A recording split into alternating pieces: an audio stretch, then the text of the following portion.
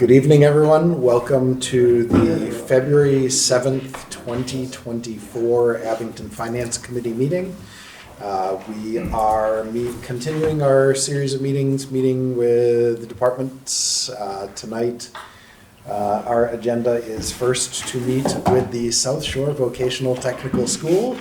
We always enjoy meeting with them, hearing what has been going on there and what's up, and I know they've got some big stuff going on over there that we look forward to hearing about.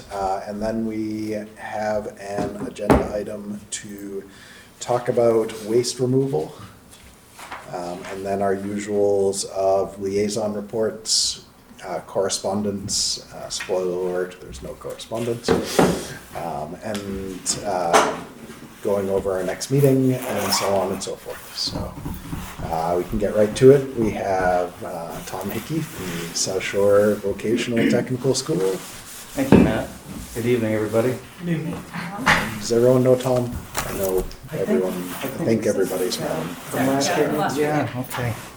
Yes, and also joined by your representative to our school committee, Tom Petrozelli, Hi. Tom, how who are has you? graciously offered to say that you had an audience member. So, We appreciate it. so thanks for having me again, and look forward to going over some of the handouts we have. I'll try to work at a decent pace, and I hope you won't feel that it's rude to just interrupt me in the moment if there's something that you want to ask about. Typical visit from me is to talk about the next fiscal year budget. As Matt teased, there's also a little conversation update regarding the MSBA project. Where are we in the pipeline? What do we know? What do we don't? What is it that we don't know yet? And what's our timeline? Where are we going from here? Andrew, thanks for putting that up on the screen there. So the first document is the typical assessment handout that we provide. And if you don't mind, I'll clue you in on a few of the pages, and happy to explain what's here. There's a little table of contents in it that'll orient you to what's here. But if you locate the second piece of paper, which starts with page 1, this is where we show the revenue and the expenses. So we'll throw a few numbers out initially. At the top of page 1, you'll see that we show you what's changed in the projected aid for fiscal 25. Thank you. And the expenses. So the overall budget increase is 4.2%. In the PowerPoint presentation I have, I'll explain how that unpacks. Most of that is operating in capital. There's a little sliver of money for an MSBA initiative. What we found in this year's budget, which is unusual, unfortunate, but we were prepared for it, was that we did have a revenue shortfall insofar as the last 3 years we have been graduating non-resident students. I promise I won't start over. We've been graduating non-resident students, and with that, we anticipate a reduction of non-resident tuition. And with that, we replace those seats with in-district kids. So we went into this fiscal year saying, our enrollment's up 7%. We're up 43 kids. And as you can see on the revenue side, when you see the line that says non-resident tuition, you see how that number dropped. And so the question for me for the last several years is, will the state aid match the drop in non-resident? For the 2 previous fiscal years, it did. We were in good shape. We got a decent amount of state aid. It offset the drop. And with modest budgets, we were able to keep assessments in check. But this year, it didn't. And there was a lower inflation factor built into the Chapter 70 formula. So at the end of the day, my initial budget pass that I drafted for the school committee in December, I said, if the revenue's not there, then we're going to have to make some adjustments. So this is the adjusted version. So the non-resident tuition is down. Our state aid went up by about $185,000. That's about a 3% raise. A little bit of a haircut on regional transportation. We worked off the governor's cherry sheet for that. So again, with regional transportation, it means we have a transportation budget. We anticipate 80% of it is covered by the state, and so we pass along the remaining 20%. So when you get to that page that breaks your town assessment down, you'll see a little sliver of transpo. That's the 20% that we don't think the state would be covering. And then below those aggregate numbers, you start seeing in the middle of the page, there's Abington right at the top. So Abington, the story this year is, and this is true for several communities, Where the enrollment went up, the assessment went up, and it went up almost in proportion to the per pupil expense. It's not supposed to be like that. The Chapter 70 formula dominates most of the conversation, but it just so happens that we're up 11 kids in Abington, and the assessment increase is $159,725. And the rest of this page shows you where our other communities are. You'll notice, thanks Andrew, if you go to the middle of the page, you'll see Marshfield. Marshfield will start within our district this fall. They've been factored in to our Chapter 70 foundation. There's only 3 students there because they don't have any enrolled ninth graders, but these are a handful of upperclassmen who are about to graduate that were part of the Sims report. And then there are some per pupil cost comparisons. So last year, the per pupil cost for Abington was a little over 13,017, and doing the division, the per pupil cost is 13,162. So we've gone from the big picture revenue. There's a look at some of the other towns. You can see, you know, every year there are variations, and but this year seemed to trend where if there was less enrollment, there was a drop in assessment, and if there was more, then the assessment seemed to trend with a per pupil expense. In the 13 budgets that I brought, this doesn't happen very often. I'm not saying it's easier. It's just simple. Like, you can stop the sentence there. If you go to the next couple of pages, this is where we try to show you how we've arrived at that number. And this page here breaks down the components of a town assessment. The biggest number in green is the minimum local contribution. That is what we say is determined by the state. That's on the Chapter 70 page of the DESE website. That's the formula where they factored in an inflation factor of about 1.5%. You're probably hearing of this in other communities as well, where the aid hasn't matched, where the inflation was much greater in the last couple of years. There are some offsets to the assessments. The first one is what we did collect for non-resident tuition. We pass on a proportion to each town. This next line is, I've never had to put this line here before because we haven't had an MSBA ballot question coming up, but we're taking $125,000 out of our excess and deficiency fund, and we're putting it as a revenue source because I've built into the budget a sum of money, $125K, to cover the costs of a local election to be held in all 9 of our towns, hopefully about a year from now, maybe January 25th, on the matter of our potential MSBA project. So this is a one-time expense. We didn't want to add it to any annual assessment, so we're pulling it out of the piggy bank to cover it here. Marshfield's joining the district. This is also, I've never had to put this here before, but this will be here for a while. Marshfield joined. Part of the terms and conditions, I would have told you about a year plus ago, that they've got to pay into their share of the stabilization fund. Not pay into the fund, that would require a vote, but what we're doing is we're saying, you're paying us a share, we're passing it right back to the other towns. And so that's a slight haircut there. And then the other costs in this chart are, what else do we need to pay that operates the school? That's the above the minimum. Operating costs above the minimum. Transportation is next. That's the 20%, if you will, that we assume the state won't cover. There's no debt service, and then we have capital costs. The capital budget at $230,000 is exclusively for replacing several buses in our bus fleet. You would have heard me talk over the years that in 2017 we did a dozen propane buses. There's still some equity in them. We own them now. We did a lease to purchase over 5 years. My original goal before the budget, the revenue shortfall was we were going to try to swap them out. But now that was where I looked first and said we'll just put a little more money in repairs. But I hope to phase out in the next couple of years and replace with our successor fleet. So that's the and then so that's the breakdown of the assessments.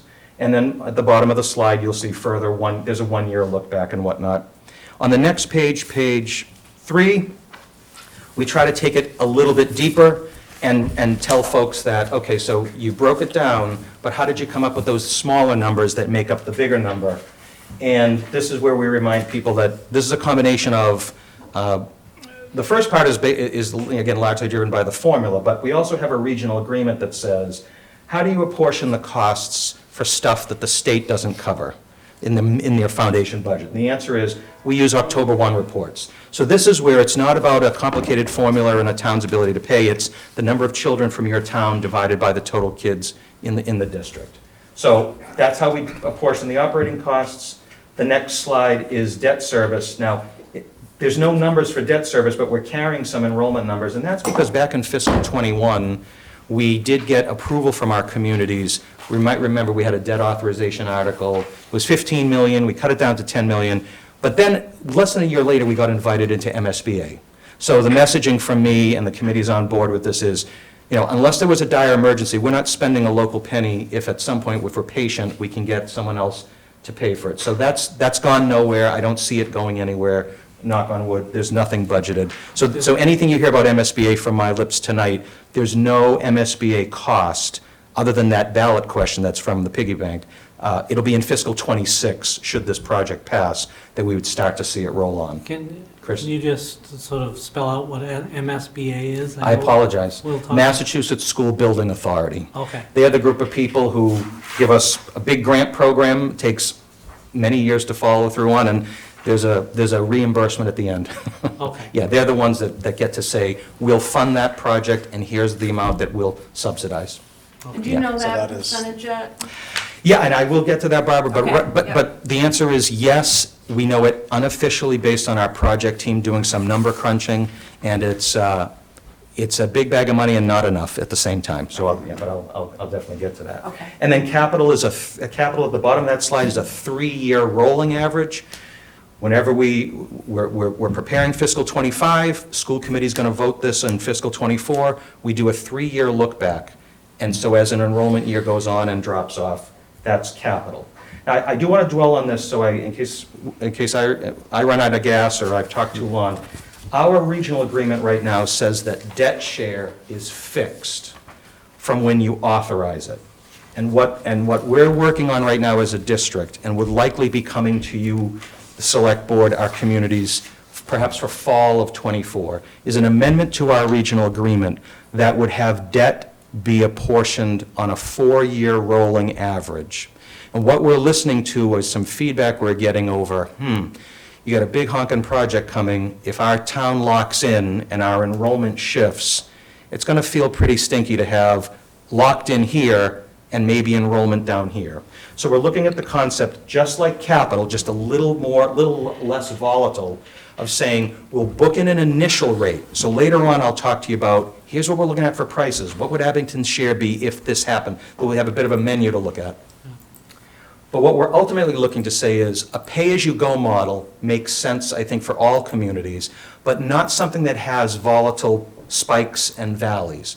Because if we get this project passed, in fiscal '26 and beyond, I'm going to have to come to this table and say, here's our assessment number, I only bring you one number.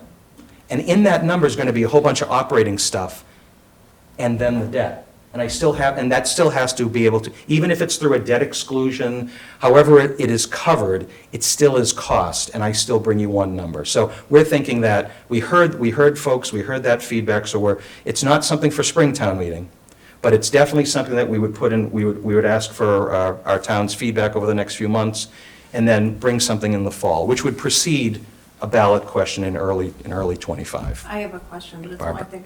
So Scott, how does that work for us? Because our assessment will go up that one number, which I'm assuming is going to be pretty significant. So usually we're paying our assessment out of our general fund. So when we get that high jump, are we going to need to then do like a debt For exclusion? the school building part of it, we would do a debt exclusion. So The we interesting separate part out would be if that the number. debt exclusion doesn't pass and they still build it, that could get interesting, then we'd probably have to do it out of the general fund. Because we'll still be. So we'll need to make that really Clear. clear. Yeah, And make no- because you're that makes it absolutely much right, more Barbara. difficult to pay yep. if we have to pay and can't use a debt exclusion. Correct. Unlike a local debt exclusion, which if it failed, then the project The wouldn't move project doesn't forward. happen. Right. It is a bit alarming to think, oh, all right, I like this project idea. Okay, I understand the cost. But if the ballot question is successful, then each community makes its own decisions as to how to pay for it. And my assumption is that perhaps 8 of the 9 would have to do a debt exclusion, which is something How that does- would, So how does that work, though, if, so, just. While we're on it, why We're just not? saying, Yeah. let's just say that Abington voted against it at the ballot. And then, but it passes, so then we do have to pay it. Then do we have to have another vote for a debt exclusion, or we, We would be taking that out of our general fund, and we'd have to do it within the levy unless we do have another ballot for the debt exclusion. And within a certain period of time, we probably could have a second ballot. I was gonna say, there's My guess is. probably a it's- bit of time between when the ballot question passes or fails and when the payments actually start. or is there so, Is there a way to hold one election and, one ballot and say, and if this passes, you know, so how do you vote? And then if this does not pass in Abington, yet passes overall, yeah. would you agree to use a debt exclusion? No? Scott, I had a colleague of mine who did something, he told me on the Cape that one community did actually do that. There are some Secretary of State rules about whether, could you put both things on the same ballot, or is it 2 separate ballots? I don't know those I details. was thinking of the expense Yeah, of that's having a- to do the ballots twice. But I don't It's think another that's expense. I don't think that's out of bounds. I just don't know the details of how many pieces of paper, but there's nothing that would prevent it. In terms of the cash flow for a project like this, the initial projection, whatever we end up doing, if we get this approved, we would need an initial infusion of money for deeper design. So in conversations with our financial advisor, Unibank, we gave them some projections, and they said, okay, if you get this passed in early '25, and you would start that process, there'd be no debt assessed to the communities until '26. The first bag would probably be $700,000 or $800,000, an interest-only bond anticipation note. So putting it another way, if I were to come to you for fiscal '26 and everything I said happened, that debt service line would probably have $700,000 on it, divvied up amongst the communities. Right.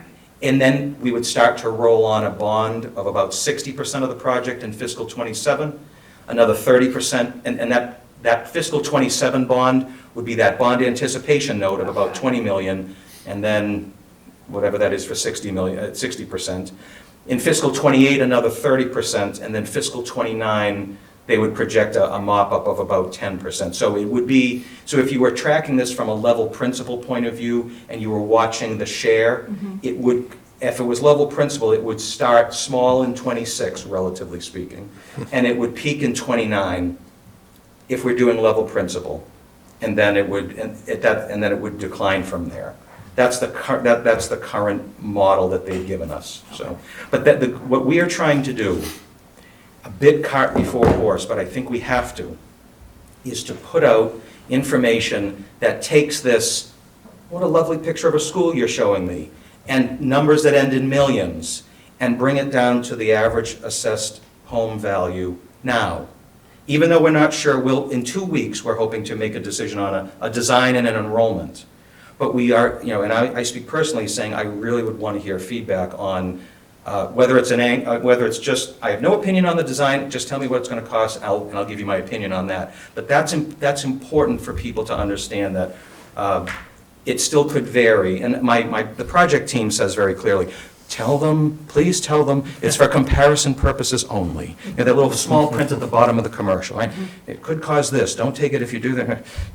There are all of these disclaimers, that we have to say, but at the end of the day, my response is, yeah, but people are still gonna fill the vacuum with some number. So we can put the disclaimer, but if you don't give them anything, then they've got nothing to really go with. And the silence, or the lack of feedback, doesn't necessarily mean support. It means you may not have given folks enough information. So we're trying to do that in a little bit of a different way early on.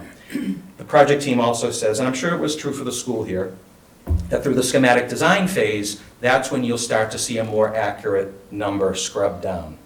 But you still have to make a decision on the design and an enrollment based on info that we have. So I hope we can give you the best info now, and then, we're blasting out some stuff on social media, looking to set up Zoom meetings and building committee meetings for anyone that's, maybe someone just has one question, or they see the dog and pony shows and they just want to drill into one area. We want to be able to address those concerns, whatever they might be. So in any event, so I think, Barbara, from one colleague's conversation, it sounds like, that would be possible to piggyback them. Town clerks would probably know Right. the best. And that's the other thing, I gotta give thanks to the town clerks in our district who, we had a meeting with them in December, and to organize a district-wide election where for one Saturday, for so many hours, 9 communities become one entity, it's really through the clerks' collaboration. So I appreciate the work they've done, and we're gonna meet with them again in the spring to, the law says there's an election that's no less than 4 and no more than 8 hours. So that's another town clerk kind of consensus decision we'll have to nail down as well. So we're making progress on that. So something that just clicked with me, on this project, people are gonna get charged, for instance, a portion of whoever's, or the number of kids enrolled in the system. Yes. So does Cohasset not have the exact same opportunity that Abington has to deliver as many students as Abington does?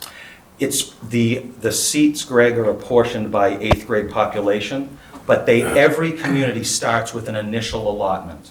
And what has happened historically with Cohasset and Norwell is that they don't fill their allotment, and then you've probably heard me say over the years, the unused seats, they get reapportioned. So when we take a first initial snapshot of what's your share, it's going to be based off of our current regional agreement, which is we look back 3 years from when it's authorized. And what we're proposing is, if over time enrollment starts to shift, then we should make adjustments in that portion of a town's assessment. And if it's funded through a debt exclusion, the town gets to classify that money over here and not through your operating budget.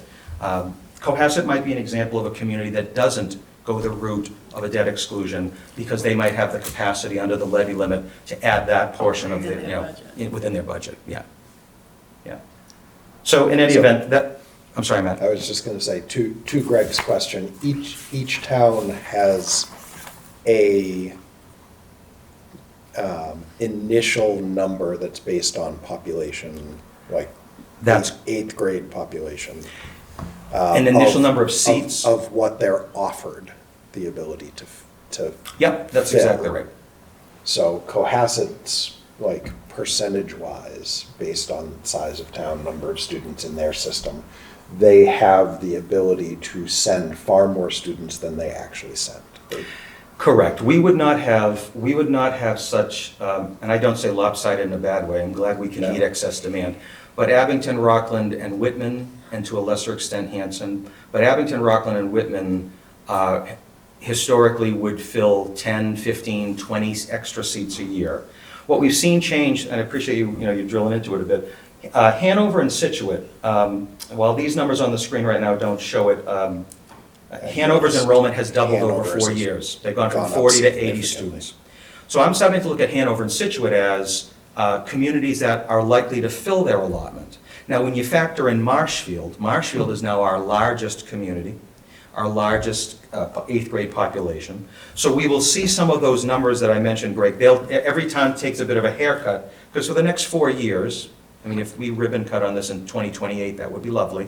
But for 4 years, we're going to have the same ceiling of enrollment. So we're probably going to start to see less volatility with town and, up 14, up 11. I think with an additional community that's likely to send 20-plus kids a year, there'll be fewer unused seats. And so what I would project, and I would say this to Whitman, and I would say it to Rockland as well, is that we would project that the overall enrollments from the oversubscribed communities will start to plateau and go down, which might lead to lower operating assessments. This could be the high watermark for an operating assessment for Abington until we're past this, if we're, another 4 school years of having the same ceiling. That remains to be seen, but I think it's a reasonable thing to say, all right, there are fewer unused seats available, so even if the demand is the same, there's just not going to be that capacity. Unless you go with the 900 student concept, would that change? it? Well, Oh, indeed, yes, indeed. so I was gonna say the new, Cha-ching, I mean, the that's, new, yeah. the new building, I assume part of the goal of it is to increase your capacity. Yes, so the MSBA allowed us to study several enrollments. We're currently at, I keep saying, I round it to 670. We're 661 in district and that's 6 non-resident. So I round up, where it's, the ceiling is 6, we're 670. Because you don't wanna say 666. Yeah, I'll stay with it. There we go. We got to study anywhere from 645 to 975. You know, and it's like, oh, well, thank you for acknowledging that people want to come here. That's great. So we've spent some time, Tom is on the building committee, we've spent some time looking at these numbers, and we've initially focused on 805 and 900. That's not on the number line, it's 645, 750, 805, 900, and 975. So we dispensed with 975 because of cost and site limitations. And we were certainly very cool to the idea of a new school that actually had lower number than what we currently had. But I think, Matt, we have to get to that sweet spot between, we want to be able to increase seats, but we've got to make it overlap with a number that people can get behind. And it's very challenging to ask people with competing capital demands. First responders, K-12, DPW, there isn't a community in our district that doesn't have something on their matrix that says something's coming up. And so that's the other part that while we want to say we want to have a seat for everybody, it's not realistic. So right now, the building committee is saying 805, let's deeper dive on that, and the estimators, and the data I have for you tonight is 805 and 900. But I've also asked the project team to give us, let's give a second look to 750. It's only a 50 student haircut, but I do think we owe it to folks for us to at least look at it. If the building committee thought that 750 was a good idea, everything I said to you, Barbara, about a timeline, we might have to push off a few months. Because the estimators, we had said, no, don't study that, but before we make a final decision, we just need to pump the brakes a little bit and say, okay, if it's 50 students, is it going to make a difference? Is the enrollment the difference? What about an ad reno versus something that's new? That's the challenge we're going to have, and you'll see some slides that'll show that. But yeah, I think that's really where we are. We do want to expand capacity. It's an interesting policy and educational question. If we build a new school, or we invest a huge sum of money to modernize it for the next 50 years, what would our communities feel about us bringing on more roommates to help pay the bills? If we bring on more roommates, at least initially, they have to share that fixed resource, so there might be a trade-off. Now, no one in this room knows which town is going to be interested in our school in 2040. Yeah. But it might make sense for us to add a little bit of capacity to address the issue of, wow, they're putting all this money into this and they haven't added any seats. But at the same time, if we add so many seats that we price the taxpayers out of the market for paying for this, we miss the moment. And so Because that's, then you also need to, when you increase the number of students that you're coming in, you're going to have to increase staffing, I mean, correct? I can't just use Edgenuity to do I that? was gonna point So that out as that's well. going to then cause assessments Yes. Is to go teaching up in 600 addition to the town paying debt exclusion. Rest assured Teaching that that is, 670 students versus teaching 900 students That- requires significantly more people. and I find myself, I find myself as the skunk at the picnic addressing those operating issues because that you can't ignore them. Yeah. If somebody's assessment is going to go up because of the building, while we want to focus on that, we also have to staff it. And we have to be realistic about, if I say that for every 120 kids, I need a core academic teacher, I need a paraprofessional, special ed teacher for every 60, so I've got these ratios built, and I'm doing some projections. This is what we need at these levels. Right. And it is substantial. The only comeback that makes, I don't sleep soundly at night, but the only thing I can say is, one would think there would be an increase in state aid, which sounded great a couple of years ago, but after this year, it doesn't, I'm not gonna write home on it. Right, and we know we can't ever bank on that. No, we can't, no, we can't. So what ends up happening is you build a school that is the best decision for the next 50 years, You try to show the taxpayers that you want to do something that's responsible. Maybe we renovate what we have. Maybe we conclude that a renovation is too risky. I was saying to Tom before the meeting, I don't know what we do at the carpentry shop when we're renovating. Like, there's not a substitute carpentry shop, and there's not a modular unit we can rent that could. Right, to house all of, And I don't want to tell carpentry shop parents of carpentry students that, yeah, we can only renovate the school in the summer over a 6-week period, and oh, I'm sorry, they're a little delayed, so we're going to go COVID remote on carpentry shop. I don't want to do that again. And so that's what I'm asking our project team is to look, because the ad reno numbers are actually lower. And I'm feeling like they might be artificially a little bit too low for our type of school.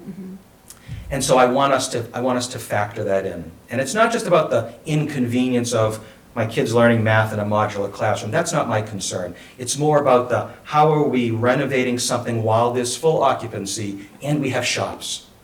And there's probably a price tag where there's probably that tipping point where it's like, yeah, you could put up with this much, but, you know, we could pay a little bit more.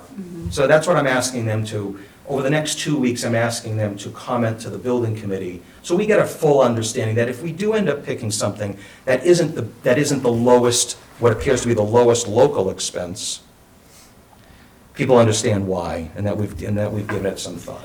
do you have any other communities that you can, any other That have vocational expressed. schools that have gone through the process that you can get some ideas on how they managed all of that? There have been no recent ad renos with vocational schools. I'm sure, I mean, Blue Hills did what they called the MSBA used to subsidize, they did a deep renovation. They didn't add any square feet. This is maybe going back maybe 10 years. So that was an interesting model. So they renovated the guts of what they had, but they didn't add anything on. That's probably the closest example of how did they build that plane while it was in flight. Right. Yeah, that I could probably look at. But I've also asked our project team to get in a little bit deeper for us, because an ad reno takes longer.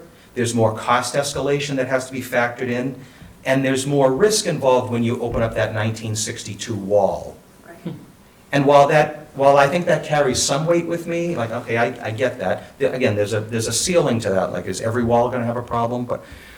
But then again, yeah, right? And then what about the operating costs of heating and cooling this building? Are we gonna slowly over time pay more for an inefficient combo of new and old? I don't know.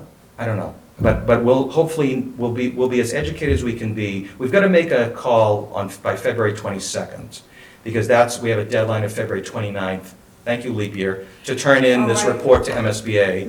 We get an extra day out of it. And so that's where our head is right now on these options. And It's one more question on potential enrollments. Sure. Is we've talked in past years that we've talked with you about sort of the the application process, and Sure. how not everyone who applies is guaranteed a spot, and so on Correct. and so forth.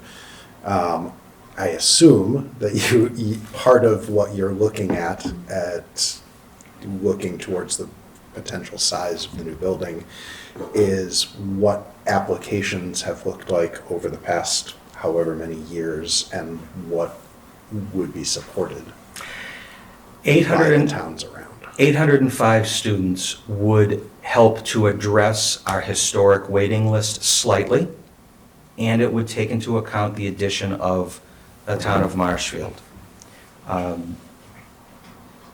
had a meeting this I week. assume is a big wild card at this point. It is. I have been using the number, I've been using 20 as I think a conservative number. There have been apportioned 33 seats. So that's me saying they won't use all of them and they'll kick some back. I have no data set to make myself sound smarter than that right now. But I will tell you, I had a meeting this week with representatives from Pembroke. They formed a regional planning committee. I think that they are definitely interested. And what I said, I gave them an update as to what we're studying, what we're looking at.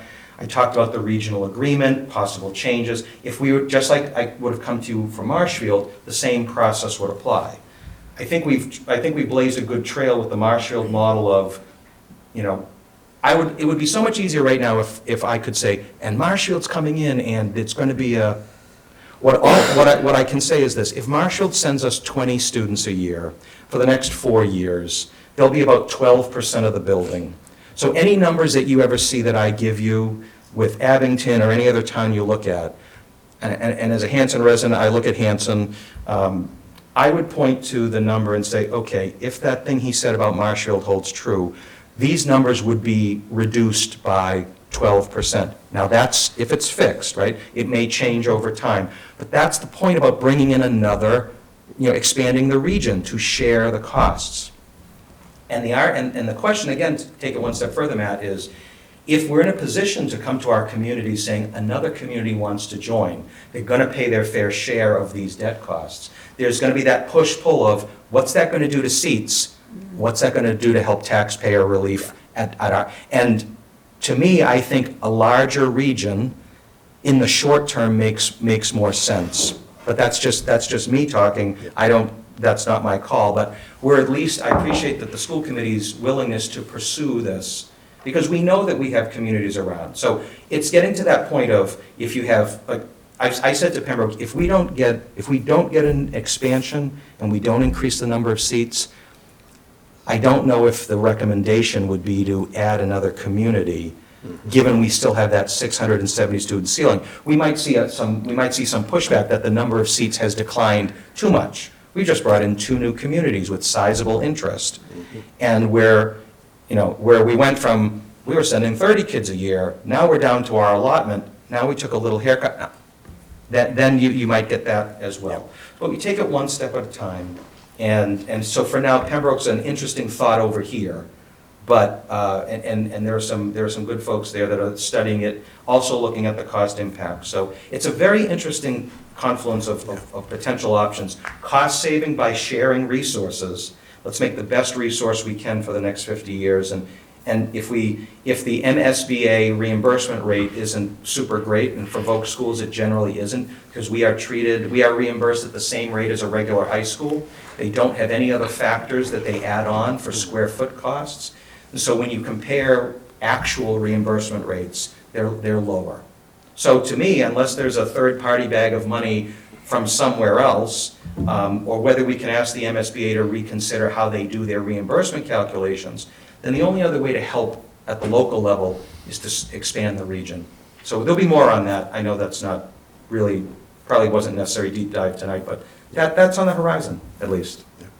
The rest of this handout, just to pick up the pace, is a few slides from the DESE website that we give you to show where we got the minimum enrollment.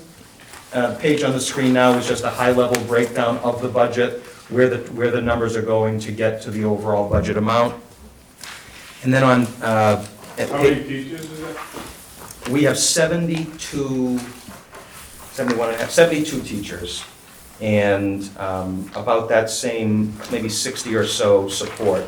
That includes bus drivers, cafeteria, paras, shop aides, administrative assistants. Like 100? 135 employees, but 72 teaching staff. There's a page here on historical assessments, if you're curious about, tracking enrollments and looking back to fiscal 17. And in the interest of time, and please don't, if you'd like, this is the last page is the Reader's Digest version of what's changed in this budget. The 2 goals I've had, and Andrew, this would be page 8 if you don't mind. Last page. Oh, is that the last page you got? My apologies. Okay, that didn't include in the PDF. This is included in the PowerPoint. There are some personnel adjustments here that are the biggest drivers of this. Any other questions on this assessment packet? And then I can. Yeah, if you don't mind opening that second document. Second document, yeah. I'll. There were like 3 documents in the last few minutes. Oh no, not that again. Oh no, people don't want to see that again. Oh, that's a good one, but I won't dwell on it. That's a handout that we've provided on tax rates for all the towns. Thank you. Yep. So this budget update here, I'm not gonna duplicate anything I say. I'll pick a few slides. Can I out. just Chris, go back Please. to the headliners? Yeah, On yeah. that page, and the personnel, and I'm looking at last year's fiscal year '24 versus fiscal year '25. Yep. And I see last year half a nurse, this Yes. year half a nurse. I see speech language pathologist last year and this year. They're the same people. It's migrating them from grants to budget, not additional personnel. Okay. Yeah. All right. It's a slow and steady attempt to just move them on. So the nurse would go, the nurse next year would be a little bit more on the budget and then paid somewhat, the rest paid through Medicaid. And the other specialists are a combination of budget and IDEA special ed grant. Okay. Yeah. All right, I see. So thank you for linking that together. Yeah. You will probably see that slide similarly Yeah. next year as I try to make them full-time. This is similar to what. Looks like a couple are making it to full-time at this. Yep, yeah, I had to cut a couple of them based on the shortfall. I did have a technical aid in one of our shops that was on a grant, but I have to keep them on the grant. My biggest new ask here really is to expand phys ed, health and wellness. I have one PE teacher for 670 students. And we need to offer a more comprehensive grade 9. That's not the best student-to-teacher ratio. Well, if you count up the number of minutes we offer, Once a week. that's about, you could be a curriculum director, Scott, please come on, help us out. Yes, we have a very limited phys ed program. We have a great athletics program, but phys ed is physical education, health and wellness. We've got to widen that definition. So my hope here is that by expanding, by adding this valuable position, we will start by prioritizing a comprehensive health and wellness curriculum with grade 9. If we have to put our eggs in a basket, it's not the which basketball falls out of the closet, that's your gym class, right? We have some great ideas. Our phys ed teacher and a team of guidance counselors and administrators have been looking at the new physical education, health and wellness framework. They've got a good plan. So if I can meet the moment with this additional person, it'll definitely be an improvement. Other than that position, the other migration Chris mentioned is just, we're trying to move folks onto the budget. And then the headliner up above, you already heard me talk about with the revenue shortfall. So, quick question Go ahead, Matt. to the Yeah. people moving from grant to budget. When do those grants run out? Yeah, so these grants are, let's see if I can do this from memory. The nurse is partially on ESSER, so it's budget and ESSER. I don't see myself in an ESSER cliff. So with the nurse, I have Medicaid money I can use. If I can bring that position on full-time to the budget for fiscal '26, that's great. The other grants are entitlement grants, and I have a slide that just shows you where we've put our grant money in the past. I operate under the premise that we're not going to get a grant increase for Title I, Title II, Title IV, Special Ed 240. But even within those grants, I basically, if I need a little more personnel money, then I would reduce parts of the grant dealing with either supplies or perhaps professional development. So if the grants all of a sudden, if there was a federal issue and we saw that trickle down, we would have to make adjustments, but we wouldn't interrupt core services. I would find cuts elsewhere, and that's why I'm kind of slowing my roll on the buses too. Even with this, I really want to see where these numbers are. Using the governor's number in a normal fiscal year is the floor, and then you hope that the legislature will. I don't know. Yeah. We're in upside down land here, and so I really don't want to overpromise on what we can do, but that's the thought. The other slides. Yeah, I'll just go at a casual pace here. This is a slide that shows where we've been spending some grant money. We've got some great grant money for some of our shops. You're not seeing VOC capital equipment in this budget. Thank you, state, for providing workforce development grants. Thank you. Next, we can go to the next slide. Nice pretty chart on enrollment. The bell curve you see at the bottom in the gold, those are the non-resident kids. We accepted them, the regulations changed, we start to graduate them, and so now you can barely see the 6. I'm going to assume that there'll be if a kid from outside the district wants to come in as a sophomore or a junior in a shop where there's space, maybe we'll see one or two. But I would suspect that number will be roughly where it is, maybe a little bit higher, but that's the trend. We saw that this was coming. And so that's that revenue adjustment over the last several years. It's interesting that it closely mirrors Abington's enrollment. Yeah, I think, again, just some things you're. When we built our new school, our enrollment went down, non-resident And Matt, it went up. I would say that with every as other. ours is working its way back up, non-residents working its way down, so. And I would suspect that if we're fortunate to open a new school, we'll have that new school smell. Mhm. And that might get someone to give a second look. Yep. And then that will plateau. And we definitely have seen that. Yeah.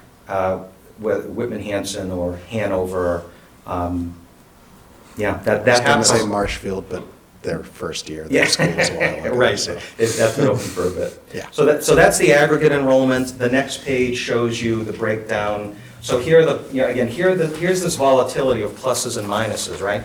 And next year, there'll be a slide, we'll have Marshfield in there with no real track record, but again, if everyone stays in their lane, the under-enrolled towns, like I talked about Hanover and Situate, but that's the change, as Matt was talking about. You see the dip, you see it coming up. That doesn't mean it's gonna happen next year. I mean, I wish I could tell you that there was some, like, forecasting. And that's why I am appreciative of town support, because we come in with assessments where you would think, wow, this is a school assessment and it's gone down. Well, that's lovely for 1 year, and then we're back again and it's up 22%. So there's the volatility that I appreciate where folks ride that out, and if we can show a justification, it's generally supported. Next slide down is me drilling in just a little bit more. Matt, you already said it, so I just looked back 4 years. What are you really staring at here? It just seems that you can see that there were a couple of years in 20 and 21, we had enrollment increases, but the assessment increases were lower. That's lovely. I attribute that to inflation, a little more money to offset modest budgets. Okay, and then in 2022, even it carries further. But now in 23, with less state aid, there's a bit more of a reckoning. A spike in enrollment, a spike in assessment. If we end up plateauing at 670 students, we're going to enter a cycle where there'll be no more large increases of state aid. And that's not lost on me, because that also means that any dollars we increase in future budgets for 26, 27, 28, and 29 at least, nearly that entire increase is going to have to get passed on to the communities. So we're going in, I had a meeting with our operations managers today in transportation and food service and facilities, basically signaling right now, we need to start looking for efficiencies in this fiscal year.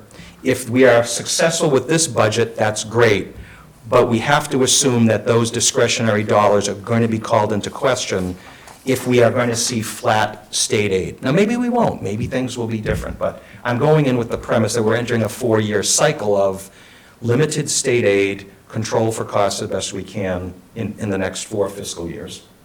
So that's Abington. Deeper dive. Oh my goodness, thankfully you carried the MSBA conversation, so I promise I'll be brief. This slide tells you the story of what we've done. I would have already talked through this. I mentioned the regional agreement amendment. Yep. And now I'll show you some pretty pictures here. Here's an example of a school on our football, baseball field in the back. So Webster Street's at the bottom of the slide. There's an example of a new school. It says 900 students, but the design would be the same. It would be 20,000 square feet smaller. It would just shrink. The non-common areas would shrink. Let's see, the nice design on the right with that funky looking roof, that would be a gym, locker room combo. The gym would be on the 2nd floor. The parking's in the middle. That's kind of where our current building is now. And you can beep at our football team driving on Webster Street when you go by. And that's better than having the baseball field near there that's going to bunt all the time. But that's what we're calling new construction 2.0. New construction 2.1 is everything I just said except the common areas. That little bump is in the middle. It's making that the center of the school. I think there's a general feeling, I'll give you my personal opinion, The 2.0 version is probably better because of the proximity of the athletics, the locker room, to where the fields are. And I'm picturing the fall athletes being told, no cleats on the new floor, walk around the back. So we think we put the stuff on the, if we put the stuff on the end here for 2.0, if we're fortunate to be able to do this with whatever size we can do it, I'm putting my dollar on 2.0. The third option say, here. Either sorry. way, your varsity football field will be closer than Abington High School's. Yes, yes, we win on that. Yes, that is true. There's not much of it. It doesn't look like much of a difference between the reno and a new building. This is The- the just Reno in- one. Yeah. I'm just looking. Oh, you're at all skipping of ahead it. to the money, yeah. Yeah, actually, the reno costs are a little bit cheaper, but the other. No, but there's not much, I mean, No. it's $12 million on 900 students. Am I wrong? Or either 3 million or 12 million? Let's fast forward to that slide. So real quick, this would be an ad reno. Webster Street's in the lower right corner. And the gray that you see is our existing school. This would be knocking down a chunk of the 1962 building. This part of the building right here, this is 1962, and that's the addition. So this would be 2 floors if we built for 750. It would be a 3rd floor if we built for 805 or 900. But that's the L-shaped, ad reno. And so let's take a look, thank you, Greg. Let's take a look at those costs here. So we prioritize those 2 enrollments, and so now we'll take it from the top line, which is construction costs, and look at that per square foot cost. You know, it's just where the market is. It's a disaster. Add in 25% soft costs with contingencies, furniture, and whatnot, gets you the second line. And again, just to orient you, I guess I should stop there. On the columns, you can see the pairings. The first 2 columns are ad reno, the 2 enrollments. The middle 2 columns are the 2.0 version at the 2 enrollments. So as your eyes are darting over this chart here, there's the anticipated reimbursement from MSBA. MSBA does give a slightly more generous reimbursement on ad reno, but they don't, but there are so many costs with an ad reno that are not eligible. But having said all that, when you look at the bottom line, now you start looking at questions like, okay, here's the local cost, what's passed on to the local folks, ranging from 153 million for an ad reno at 805, $8 million difference, now there's 900. And then when you get into the new construction, now you can, so what we want people to do is start looking at that. You can't make an educated judgment just based on the money, but who doesn't start there? I mean, you start with the money, and then you start asking, what am I paying for? You know, am I paying for the plane ticket that says I can't get a refund and I can't check in a bag and I have to sit in the cargo hold? You know, those are the questions we want to be able to explain to people in enough detail that they feel like they're not glossing over it. And now if we take that, so if I just a little bit further into the little comment at the bottom. So all the stuff I just told you a little earlier about the Abington's share, if we were to take a freeze frame right now, Abington's share of this project would be 16.7%. That would be for the first year of this debt service. So that would go half an hour ago, I would have said $700,000 of interest, fiscal '26. If we were crunching the numbers, that would be the first batch of this project. And if I go a little bit further, the next slide, if you don't mind. Yeah, this is just my attempt to take all the other noise out of it and just go to the local. So I've added in just for, I don't know, more numbers, but I did want to take a look at the lower enrollments that we had set aside. Lower enrollments because we're not serving enough kids, perhaps, but we just have to be thoughtful about it. So this would be the local share. Pick your design, pick your enrollment, start however you want. But your eyes can start to bounce back and forth. And the things that I see are, I'm amazed at the local cost as you, like this, if you look at 2.0, Constructions. the new construction isn't that much different as the enrollment goes up, but as Barbara has said, the operating costs Yes. aren't what's on the screen, right? And then you look at ad reno. When I told you earlier that I thought the ad reno costs were artificially low, that's that 153 and that 161. I don't mean artificially low. I I get concerned about that a little bit, because most often, when the cost estimates come through, the cost escalation for an ad reno makes it very close. I'm not rooting for it to be closer, but we don't get more than one bite at the apple. And so I want the project team to talk to us about that a little bit more. Is there a bias?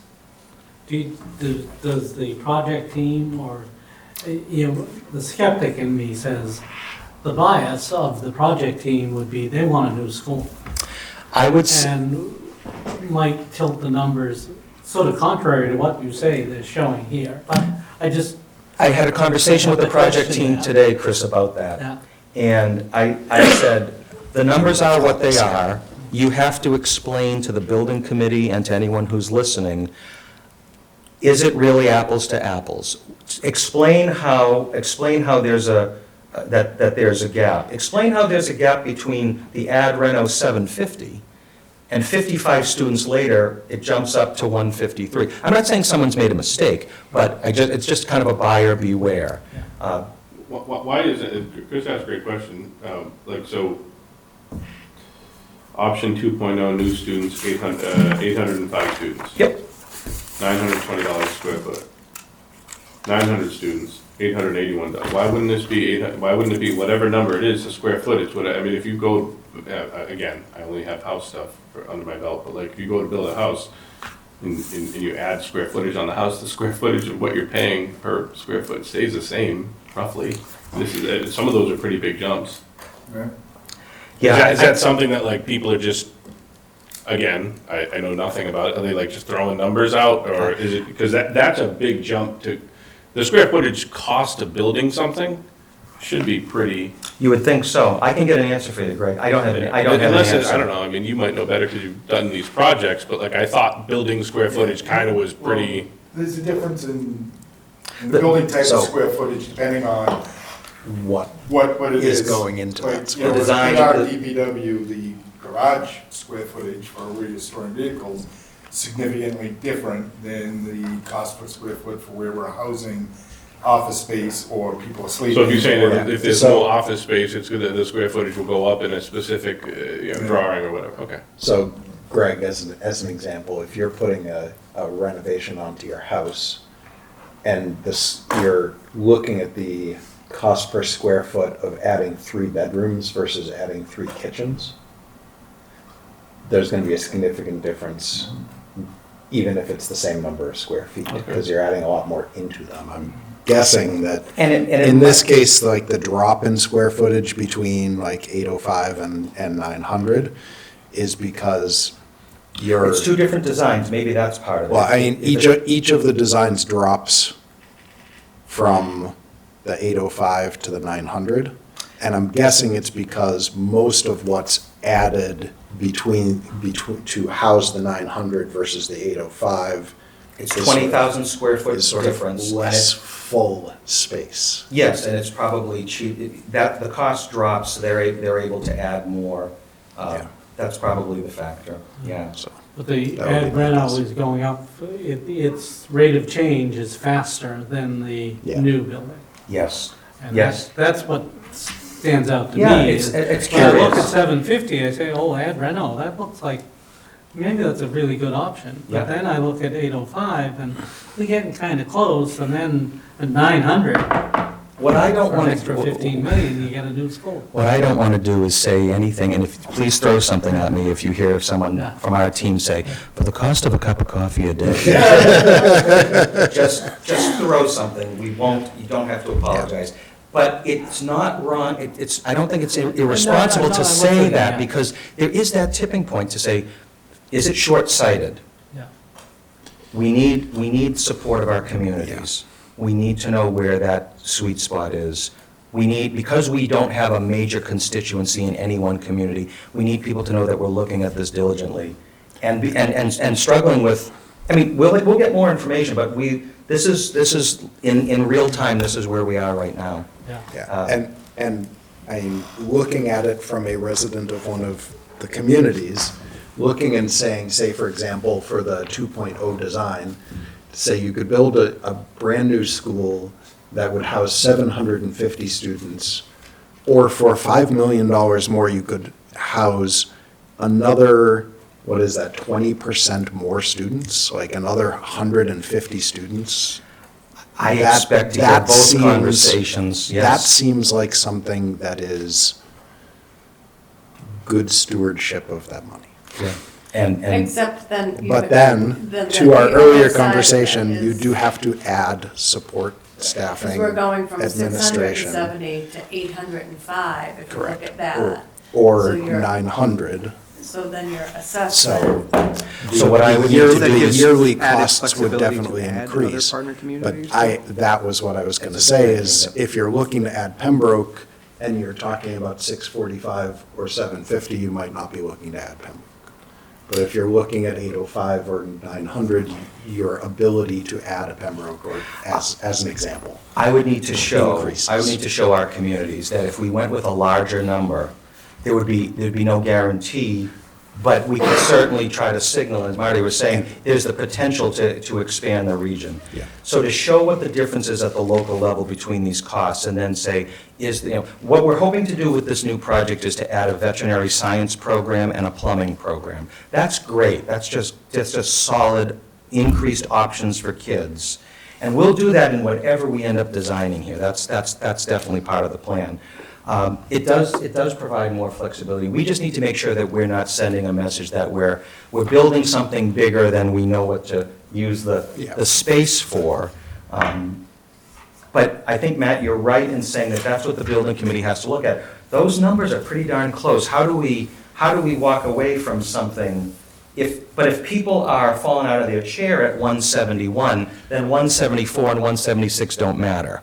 And that's what we need to, again, that's what we need to dwell on a bit. So I appreciate you So- taking the time to let me go into Yeah. a deeper dive on this. The last slide, and then I'll let you get on with your agenda if you don't. Last two slides. Here's everything we talked about. Let's assume it's all factual. It's not for cost comparison, it's the real thing. Average assessed house in Abington, tax load. And so the yellow boxes tell you let's assume that we were doing the full borrowing immediately. That's the impact. And these are the numbers, no pom-poms coming out. These are the numbers that we just need to say, let's start with the vision, let's look at the options, let's compare the options, and let's just take a moment and say, all right, here's where these numbers would impact us at the local level. Not in 26, but let's assume that in 29, that would be the full amount, but we would be getting close to that in 27 and 28. And then the percentages in green on the right are just, what the increase. So yeah. So I do understand that this is not, it's not precise, but it's, Roughly, how much did it go up with this per household? For the fire station DPW project? Sorry, the school. For the school, I don't know. Does anybody know? So for the fire station DPW project, because I think looking at the estimated 16.7, if it were locked in right now. that's exactly right, Matt. I'm only using that Looking 16.7. at that based on various different numbers, we would come somewhere $20 to $30 million for Abington's share. Yeah. Yeah. We're using 3.75%. This is level principal. We realize we're not getting into the weeds as to how we would structure it, but we're using the more expensive threshold, initially. And the only caveat, again, you've allowed me to spend a lot of time with you on this, I appreciate it. But a little while ago, when I mentioned Marshfield, the only thing I can say with a reasonable degree of confidence is that if Marshfield is approximately 10 to 12% of the district, then we would assume that by fiscal '29, these numbers and the numbers in our other communities would drop by about that share. So we will deliver, by the time we get to put this in front of voters, we'll have 1 year of data from Marshfield enrollment. And so we can forecast that, but in any event, this, That would have been the most one we had. thank you, you would have given me an exit, okay. Just as I'm talking about the local tax impact, Greg helps us out, thank you. So yes, I think this is a high water mark in any of those cells, because It assumes level principal, and let's assume we're gonna stick with that, but, we'll see what happens. That's where, if we get to that point, this is where we ask our towns for feedback in terms of how we structure this. We know level principal is less expensive over the life of the loan, or life of the note, but we know that it's also more burdensome to people on fixed incomes. Interestingly, I don't know if you saw in the Governor Healy's municipal modernization bill that was launched, it had a whole bunch of things. And one of the bullets that jumped out at me selfishly was allowing school projects to stretch out their borrowing to 40 years because the life of the project is 50 years. So I saw that and I said, maybe I should email somebody, that's a nice idea, but anyway, well, this is based on 30 years, so. It is and it isn't. What, it's gonna cost more over 10 more years? Yeah, I know. So if you're asking the Abington residents of 2068. Isn't that, I mean, it's So a tough it dynamic. it You is. bring it up at the graduation ceremony. Yeah. There you go. Yep, the time Maybe you capsule. do buy a house. You will be. And the presentation ends with just another slide on Marshfield that I don't need to dwell on. We've already talked it through. It shows you the shares of our other communities. So we've got, our building committee has a few meetings this month. We're going to try to continue to gather information and share information. And I welcome any feedback from you individually. Please reach out anytime. And, thanks for giving me over an hour to talk about this. Thank you. Appreciate it. Questions for Paul? Very detailed No. presentation. Just to break it down as fast as possible, basically $35 a month, $30 a month. I'm not going to say cup of coffee a day. No, but that's what that's what we're No, but you're doing. right. If you take the 300s and you divide by 12, Yeah. yes, that's right. Got it, thank you. Thank you. Thanks, everybody. Thank you very much, Tom. You're welcome. And the old Tom. Yes. Great job, the old Tom. Yeah, I don't think I realized. Good night, thank you. I did realize it was April. But Did that's. anybody realize that it was April Fool's? That's It was Scott. pretty quick to notice that April 1st was the date. Night, folks, thank you. We all, Thanks, Good night, Tom. thank you. And Tom. we all, it's what the charter says. I'm just, Okay. Next item on the agenda, discussing waste hauling and cost alternatives. Yeah, we're really. Mr. Town Yeah. Manager. Not really 100% ready for that, but we're working on some information and getting some data together. But the prices that we did put in here aren't all that as inflated as, we thought or had hoped. Aren't as inflated as we hoped they would. be. Yeah, unfortunately. So, when you said aren't as inflated, I was thinking, we were planning We on were- it being more. Yeah. And, But we're gonna get more into it probably at your next meeting. We do have the school coming at the end of the month.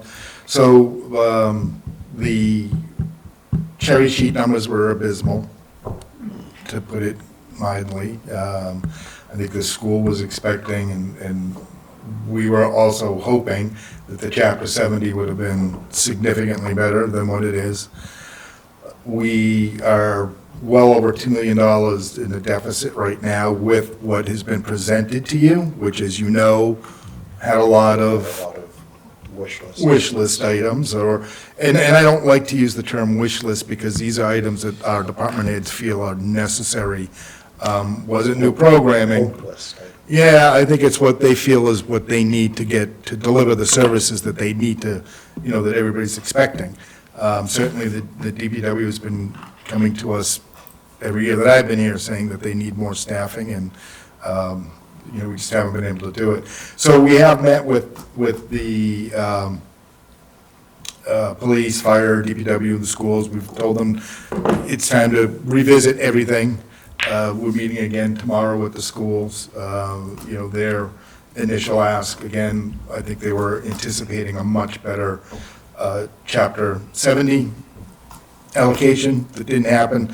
So, we're going back. We'll have some much better numbers for you. The health insurance numbers should be in, I believe, on the 20th. So we'll have that. Why are they so bad? Why, The cherry and the the seven. state, States and batch. it's the governor's budget, yeah. Didn't they collect the most?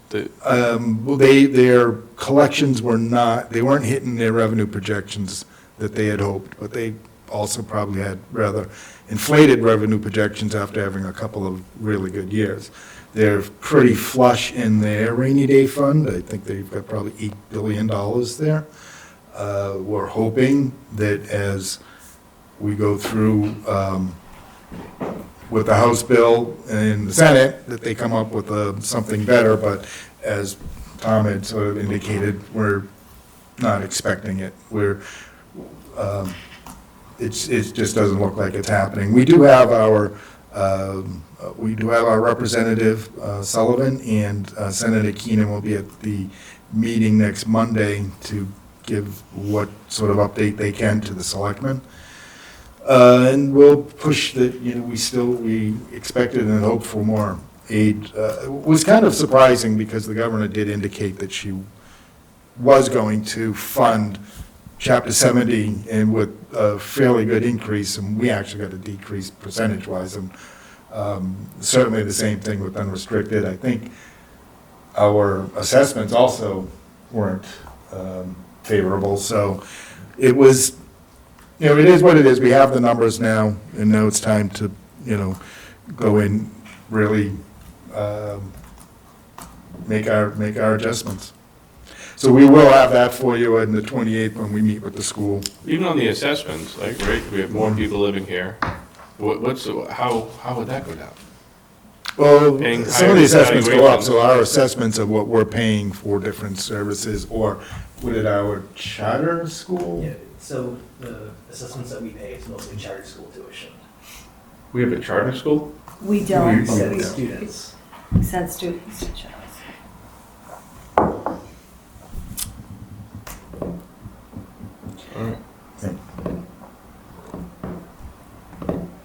So, more to come. We're rolling up the sleeves. And we will have impact statements from the departments on what this will mean and what this will do, but too early to say exactly, what. It's certainly, there will be no new positions, no new, I know that the police department was open to, as, we had talked about the cadet program and how that would benefit us, but, it's probably not gonna happen this year. So, we'll get, like I said, we'll get some statements from them, well before town meeting. And that's what we got. Everybody going through the same thing? Yeah. Yeah, most towns are in the same predicament. I think everybody was caught a little off guard and surprised. I mean, on the assessment stuff, sorry. Yep. Yeah. Yeah.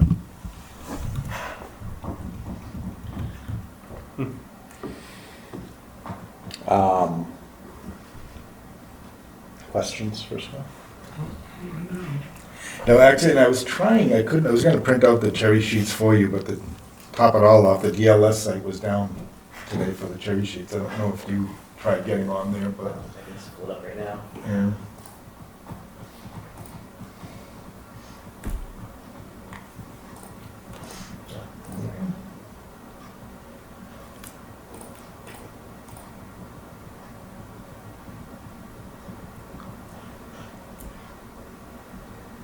So that's, for chapter 70, that's less than a $300,000 increase. The last year it was 1.2 million. Yeah.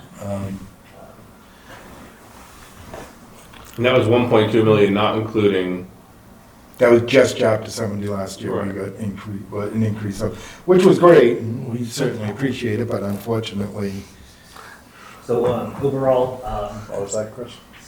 state And, aid and is, we spent it all. Yes. so overall state aid is increasing by 1.8%. So that's not much. They didn't- Yeah, and what was last year's overall increase was like, I think it was a little better last year, but I think, the disappointing part was, the governor had led us to believe that there would be an increase of 3% minimum on that and 4% minimum on chapter 70. And overall, I think when we looked at everything in total, it was like a 1.9%. Right, because So- they cut in other areas that Yeah. aren't necessarily listed. So last year, we had a 8.1% increase in state aid. And this year, tell me again, 1.8. it's like those numbers are reversed. Oh. This is gonna be a fun couple months. Yep. Less than that. Greg, we have radically different definitions of fun. This is what the finance Greg Greg's was all speaking about. my native tongue of sarcasm. Speaking of which, you guys are the spotlight of our, I think Samantha Lanian to reach out to you. She did. I sent back a bit of information to her, so. So yeah, and as far as our department spotlight is something that we do monthly, I've probably Yes, seen it I've on seen social it on- media. yeah. So you folks will be the spotlight this month, getting up towards town meeting. We want to make sure everybody knows exactly the pain that you're going through. Yeah, so like I said, we will have quite a bit more information when we meet again. So speaking of that, jumping over a few things on our agenda, we are not scheduled to meet next week on Valentine's Day. I've been told by the committee member to my direct left that that would be a bad idea.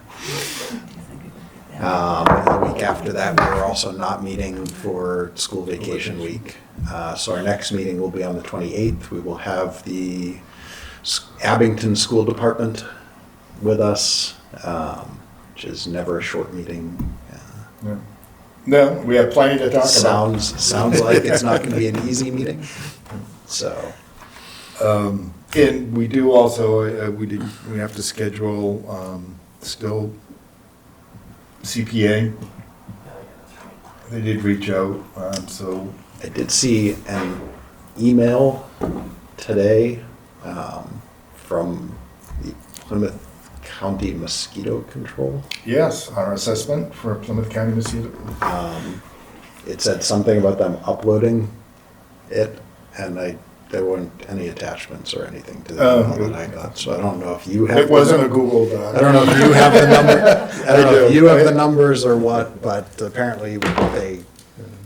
You should make the informed- switch, Scott, I'm telling you, Google Docs are amazing. Well, it's not up to me. It's up Google to the rest of the Slides. world. I do have it, I'll share it with you. It wasn't, I mean, I think the mosquito control was what, like 50,000, I think I sent it over to you. It's not a huge number. 44K. Yeah. Oh, actually, there was an attachment, sorry.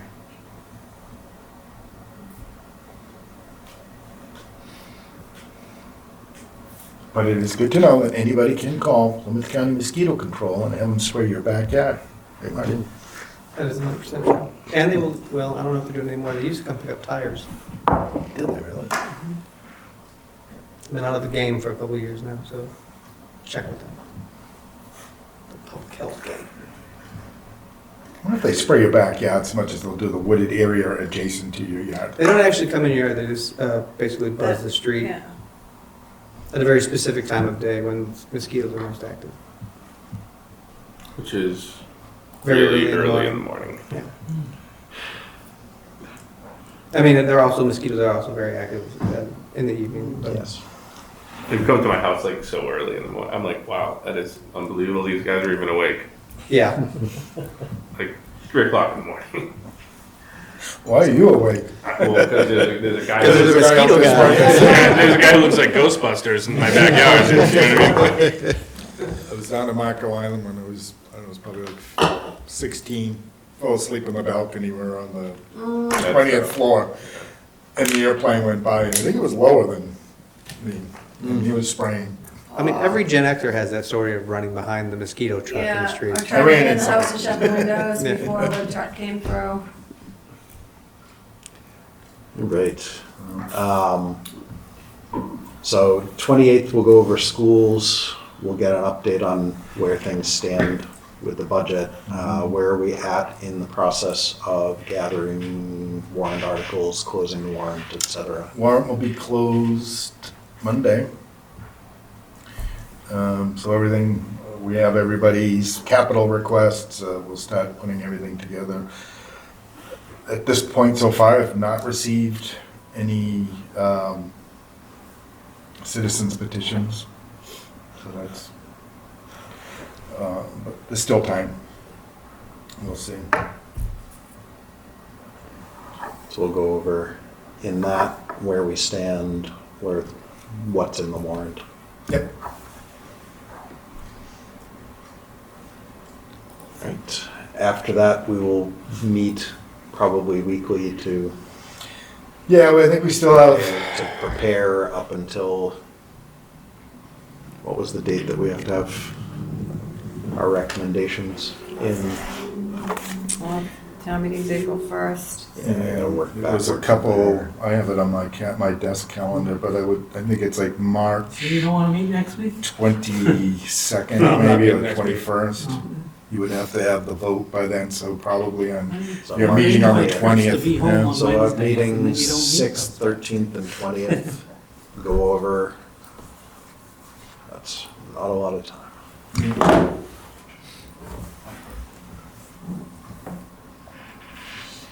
No, but I think everybody's been through once anyways, other than myself, CPA. And then the folks that'll be, that can come back will probably just be police, fire, DPW. What's that? I feel like we had to reschedule someone else. Oh, town clerk? Town clerk. Town clerk came back We did. last meeting. DPW. Oh, that's right, they wanted to wait until DPW. Until- after Yes, they got that's- some snow and ice idea. Do we, so with that, should we, who's around school vacation week? What is that, the 20th? The 21st. I'm here. I'll be here on the 21st. I can be here. Okay. There's So I a think we chance. should probably see if DPW can come on the 21st. I think they were hoping to do the, And I think we should probably meet on the 21st either way. I'll ask them. Go over, at least start to go over warrant articles. See what we've got, see what we're thinking for the things that are not the budget. There's a chance I might not be available on the 21st. Right now, that looks like that's okay. Okay. Just don't, I'll email you, I'm not here on the 13th, but I probably could Zoom if necessary. Okay. I'm in the country 13th of March. this time. Okay. Oh, we were just talking about March, No, not February. February. I think Chris is saying the 13th of March. That's right. He won't be here in Abington for that meeting. But yeah, look at your calendars for the rest of the meetings that we have there, because the 20th will be when we have to have our recommendations done.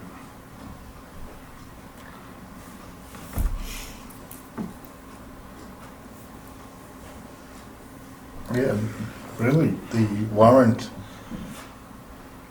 right now, I know we have some floodplain stuff on there, there isn't any zoning, I haven't heard back, but the health department had mentioned that the Board of Health may be sponsoring a ban on nips, Oh, yeah, you would mention Yeah. that. Oh, good.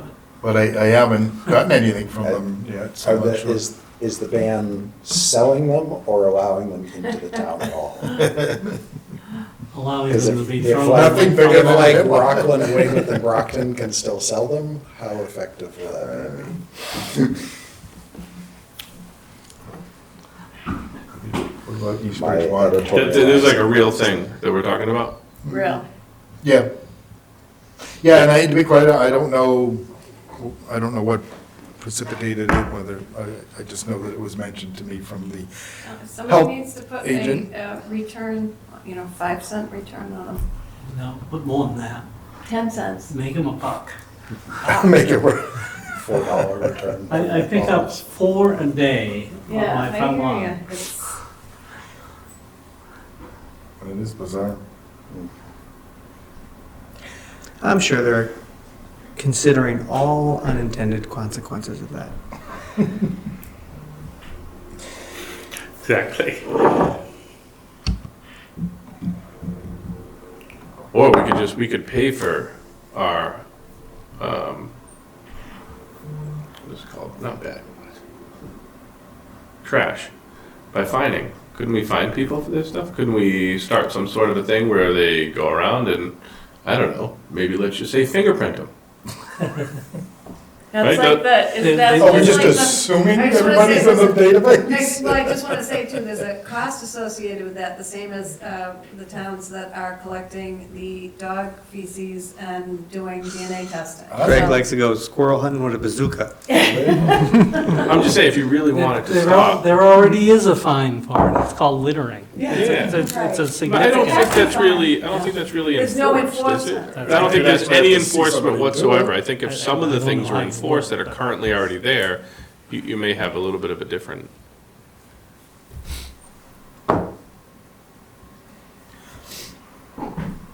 I'll pass that along. Duly noted. Fingerprinting, DNA swabs. All right. Liaison reports. I mentioned already the sneak preview, there is no correspondence. Oh, backing up, meeting minutes. I believe there was a conversation with, It was a very one-way conversation. We did not get a reply on that. I thought that was very, it's as best as I can do. yep, agreed. So hopefully we will soon have minutes to review. It was a good email. We've already discussed the next meeting. Are there any other topics that anyone wants to discuss tonight? Any motions? Motion to adjourn. Oh, come You Second. could have seconded. Motion right? and a second. Any discussion on a motion You to were disappointed adjourn? because you wanted to stay. Without any, all those in favor of adjourning? Aye. Aye. All those opposed? Abstaining? It is unanimous. We are adjourned. Oh, Andrew. Thank you all very much.